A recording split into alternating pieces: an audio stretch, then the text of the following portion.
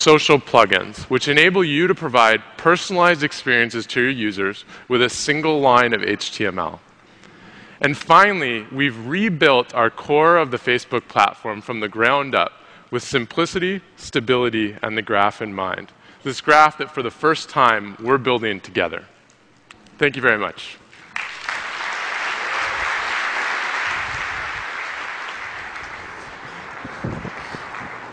Thanks, Brett. We're really proud of this new platform that we've built, and we're proud to be working alongside all of you guys to build the Open Graph. Already, for F8, we've worked closely with more than 75 different partners to get ready for this, and we're incredibly grateful for the opportunity you guys have all given us, so thank you. In fact, you guys have done such a good job with getting ready for this that when we launch later today, we expect that in the first 24 hours alone, we're going to serve 1 billion like buttons on the web. So that's cool. A little McDonald's illusion for my fried chicken addiction. Now,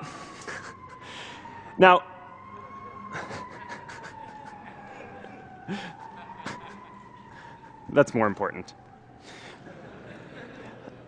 The web is at a really important turning point right now. Up until recently, the default on the web has been that most things aren't social, and most things don't use your real identity. Even since we've launched Connect, a lot of the implementations that we've seen have been fairly superficial, just normal products with 1 or 2 social features tacked onto the side. But recently, this is really starting to change. We're seeing more and more startups that are requiring all of their users to connect so that they have their real friends and real identity with them all throughout the experience.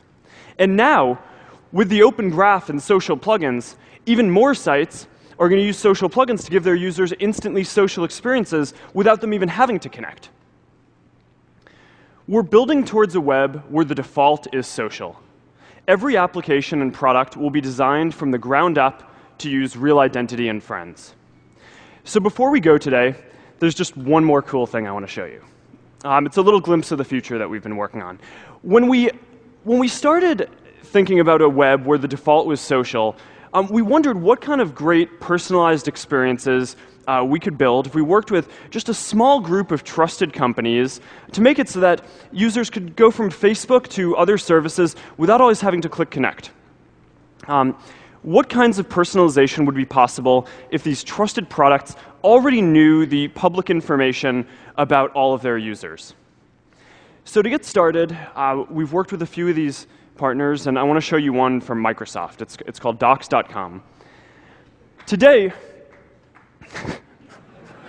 I'm happy about it. I'll show you in a second why. So Microsoft is announcing docs.com today. It's an online version of their Office suite that makes it easy to share and collaborate with your friends online. So the way it works is like this.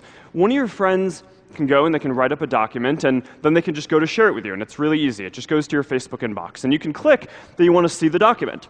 And that'll take you straight to docs.com, and they can show you the document that's personalized to you immediately without you having to re-authenticate, because they already know who you are. Now, if you don't want this personalization, then you can just go ahead and you can click on the blue bar, no thanks, or you can turn off all kinds of personalization like this on Facebook. But we're assuming that you do want the personalization because you clicked on the link and want to see the document. So you end up right here, and immediately you can see the document, you can edit it, you can write comments, you could share it with more of your friends. It's all of the power of Microsoft Office Suite Online with a simple Facebook integration. And the key is that this product is built from the ground up with the assumption that every user would have their real identity and friends. This product was designed to be social. It's going to be available later today at docs.com if you want to check it out. Now, another example that I want to show you is Pandora. Now, for the first time, when you show up to Pandora as a new user, you've never been there before, it's going to be able to start playing music from bands that you've liked all across the web. It's a really neat experience when you see it for yourself. And it can start playing music, and it can show you which of your friends, as you're playing songs, that like similar music to what you're listening to, and you can click on them. and it can show you music that they like as well, and you can click and see their collections. And of course, you can say that you like different bands and different songs. And when you form a connection on Pandora, it forms a connection in the Open Graph, so all of you guys can use those preferences and those connections in all the applications that you want to build as well. So that's the power of the Open Graph. All right, so that's what we wanted to share with you guys this morning. Thanks for coming out to F8 today.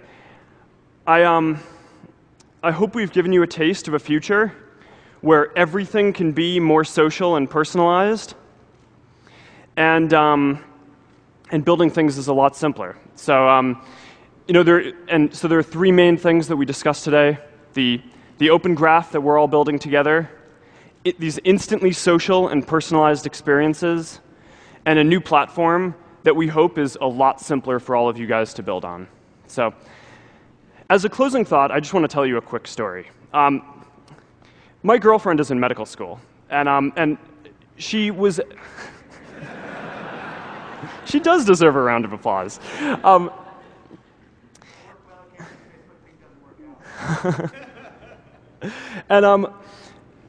So she told me this story where one day she was in a lecture on and one of the deans of the school was giving it on what it means to be a medical student. And the dean started off the lecture by asking a question to everyone who was in the audience. And the question was, how many of you guys had an experience, a really formative, significant early memory in the first few years of your life where it occurred to you that taking care of people in human life is a really important thing?